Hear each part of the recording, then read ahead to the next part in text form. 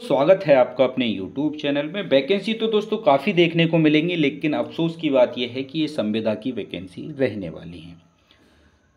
सेवा योजन पोर्टल से इनका आवेदन आप कर सकते हैं आने वाले अगले महीने से। पूरी न्यूज़ दोस्तों ये है कि एडेड स्कूलों में 20,000 चपरासी अर्थात ग्रुप डी के पद निकाले जाएंगे, जो कि संविदा पे रहने वाले। इनका मानदेय वगैरह भी सब बताया गया है कि कितना कुछ मिलेगा इनको। तो यहाँ से पहले एक एक करके चीज़ों को समझ लो, जिससे कि सारी चीज़ें अच्छे से समझ में आ सकेंगी। करीब 10 साल के बाद भरे जाएंगे चतुर्थ श्रेणी कर्मियों के पद। 2012 से इन पदों का इंतजार चल रहा था।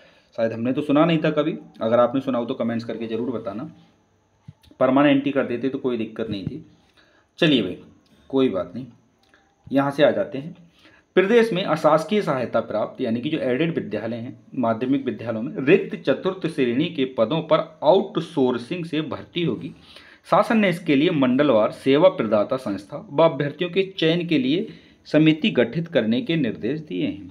इस चयन प्रक्रिया में प्रदेश में संचालित 4,512 एडेड स्कूलों में रिक्त करीब 20,000 पदों पर भर्ती की जाएगी। इन पदों पर भर्ती का इंतजार 2012 से हो रहा था।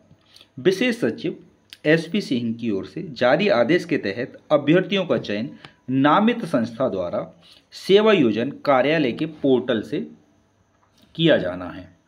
इतनी बात समझ में आ जाती है। चलिए अब इस वाले टॉपिक को बहुत ध्यान से समझेंगे, ठीक है।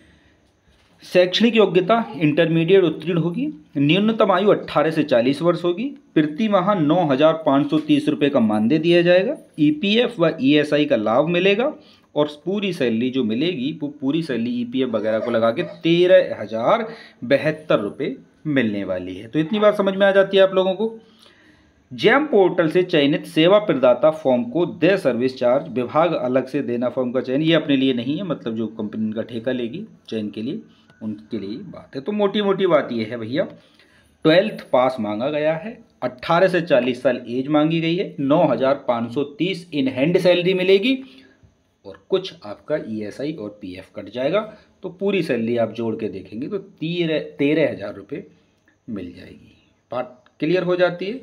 चलिए भाई, तो संविदा की नौकरी का इंतजार जो दोस्त कर रहे थे उनके लिए तो मुझे लगता है कि काफ़ी अच्छी खबर ये होनी चाहिए।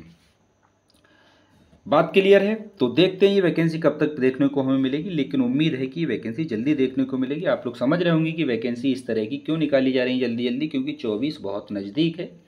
आपको लग रहा होगा सर अभी तो 23, उसके बाद 24, लेकिन इनके लिए तो 23 के बाद ये मतलब 23 के जून से ही काम बंद कर देंगे सब नौकरी वोकरी का और इलेक्शन पे लग जाएंगे। तो सोच रहे हैं कि 6-7 महीने में जो भी कर सकते हैं वो कर दें, ताकि जनता को झांसे में ले लेंगे। देखो भैया, हमने 20,000 सरकारी स्कूलों में चपरासी लगा दिए, ये कर दिया वो कर दिया। फिलहाल ज़्यादा आलोचना नहीं करेंगे, वरना आप लोग कहेंगे कि राजनीति का, लेकिन ये गलत है। ये वैकेंसी जो आनी चाहिए थी, हाँ सरकार को ये करना चाहिए था कि भाई हम कुछ दिन संविदा पे रखेंगे 8 से 10 साल, उसके बाद हम इनको प्राइवेट कर देंगे, सरकारी कर देंगे, या फिर इनकी सैलरी में इंक्रीजमेंट। अब संविदा थर्ड पार्टी के अंदर आप काम करेंगे। आप समझ रहे हैं संविदा का मतलब, अब संविदा वैसी नहीं होती है सरकार की तरफ से कि सरकार आपको संविदा पे रख रही है।